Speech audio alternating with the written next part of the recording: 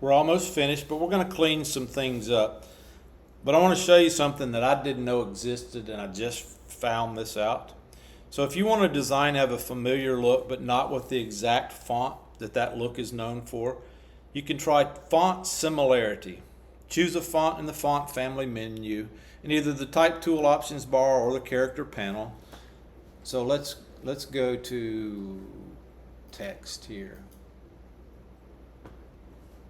And let's just click right in here. We had Myriad Pro here. If you click the arrow, there's this button right here. If you click this button, it's showing you fonts that are similar to that Myriad Pro. And what it does, you saw that it took a little while to search, and it's going to show you the 20 most similar fonts that are either available on your system or from Adobe Fonts. So it doesn't even have to be something that's on your system. These are just Adobe fonts that are similar to what we had there. All right. So with the Move tool, we're going to go over here to our little note. We're going to right click on it, and we're going to click Delete Note. It's going to ask you, do you really want to delete this note? We're going to click yes. So we have now deleted that note. You can see on our notes panel there is nothing there. So let's close that. Now we want to hide our guides. By doing that, we can click View, go down here to Guides, and what are we going to do? Show guides. Show, and then click on. See, you've got a check mark by guides. We'll click it, and what that does is it takes those guides away. So now, I'm having a hard time speaking today. View, fit on screen.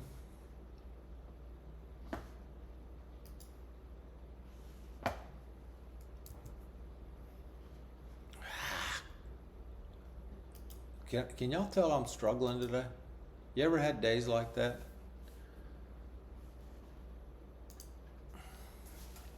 All right. Whew, that was hard. So now let's click File, and let's save what we've done.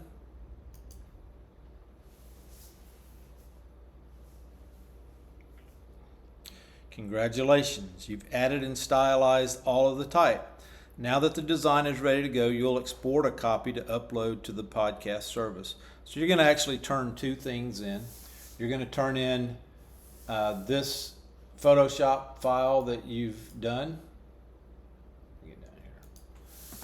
And we are also going to export it as a JPEG. So we're going to click File and go down here to Export.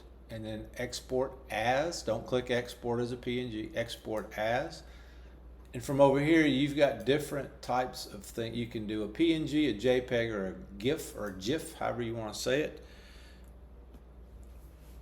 Leave everything else the same way it was, and then you're going to click export. And we're going to name this 07 up. So I'm just going to, what I'm going to do is change this to upload. So 07 upload.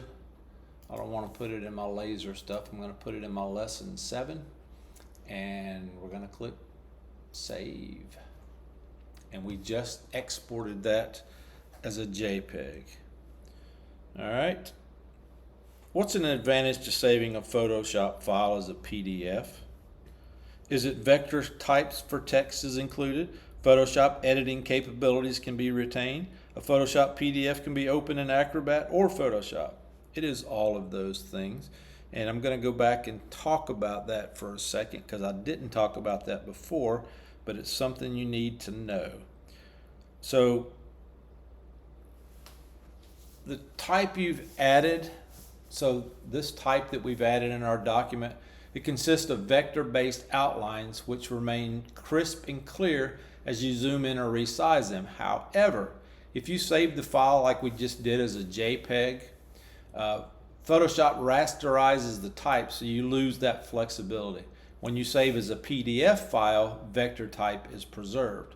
You can preserve other Photoshop editing capabilities in a Photoshop PDF file too. For example, you can retain layers, color information, and even notes. To ensure you can edit the document later, select Preserve Photoshop Editing Capabilities. So let's do this. Let's click File and then Save As. And we're going to select a Photoshop PDF. And let's click. And you see right here it changed it to a PDF. And let's click Save.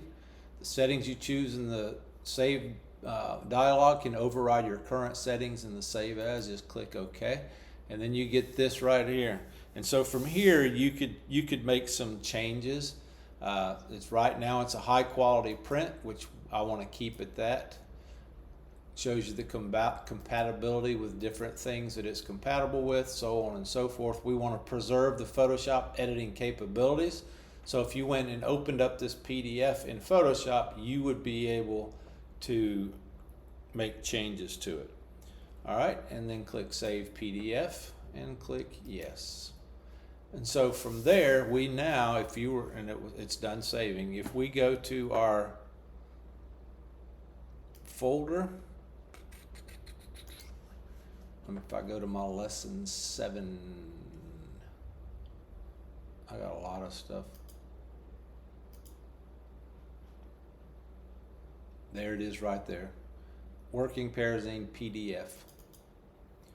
If I open it up, because my default is Adobe, it's now opened this up, and that's something you can do. All right. So when you turn this lesson in, I want you're going to turn in your full Photoshop file. You're going to also turn in your JPEG, and you're also going to turn in the PDF that we just created.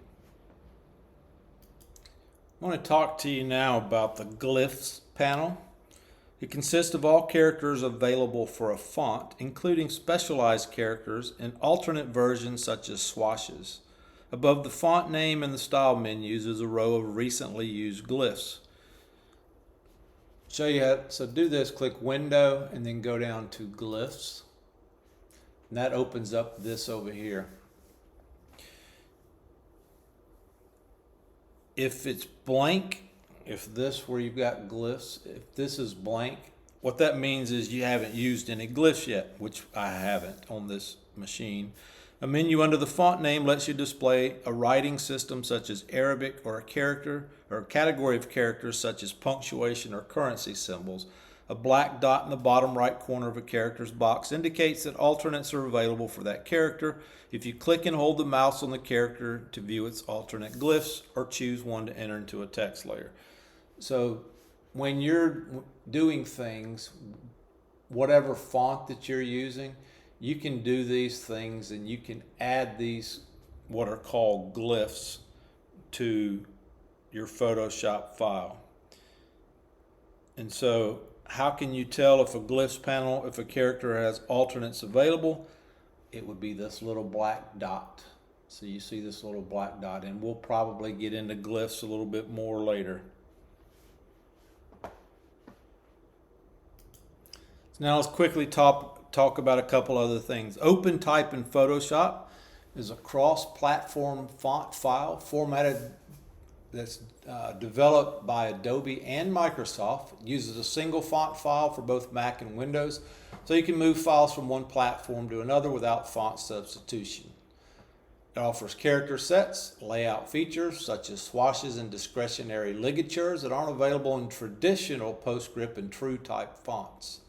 This, in turn, provides richer linguistic support and advanced typography control. You can identify OpenType fonts because they appear with an OpenType icon. So this little O right here, when you're looking for fonts, let's see if I can do this. See that has the O right here versus this. So we know that those are OpenType fonts. The character panel menu displays all available features, including ligatures, alternates, let's go over here. Let's do this. Let's select this one. And you see all the stuff over here that you have options. Discretionary ligatures, so, and it would show you over here different color fonts, so on and so forth. You have emoji fonts, made possible because OpenType SVG allows vector graphics to be used as font characters. Photoshop font family menu indicates color and emoji fonts with an OpenType SVG icon. All right, variable fonts when you want a certain font weight, but regular is too thin. You can use a variable font that lets you customize attributes such as weight, width, and slant. Photoshop font family menu indicates variable fonts with an OpenType variable icon. Note that some OpenType fonts have more options than others. And so when you look, so like this one right here, you see variable. Some of these don't. So if I click on, and you see like what we talked about here, there's your emoji one. So this is an emoji font. So if I were to start typing, I can go to my glyphs.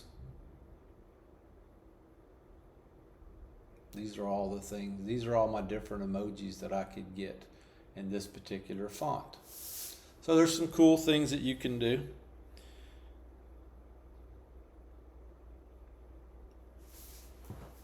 And I apologize for all of these videos being long, but I got one more thing to show you. This is something I use quite frequently, and I want to show you how to do that. So open up the Match Font JPEG in the Lesson 7 folder. It should be this. If you'll select the rectangular marquee tool and drag it around this Premiere. I didn't get all of it. Try this again. So for example, if you have this image and you like that font, but you don't know what that font is, there's a way that you can go about finding what it is. And I, like I said, I use this frequently. So once you've got that rectangle drawn, if you'll go up here to Type and then go to Match Font, look what happens. So you can show fonts available to activate from Adobe Fonts. If you uncheck that, it would only search for fonts that are on your computer. I usually have that selected. And what it does is it goes out and searches to find if there's a font that looks similar to that. And so sometimes it's good. Sometimes some of these don't really look anything like it. So from that, it could be that you don't, let me see what happens if I uncheck that. So right now it's only searching for fonts that are on my machine.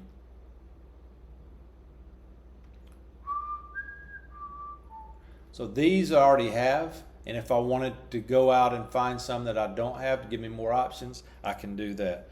So if you click a font that resembles that font, and then you click OK, and go down to Type, you would now have that. There it is right there. Your text is going to be using that font. So now you can create text with that new font. So this completes this lesson.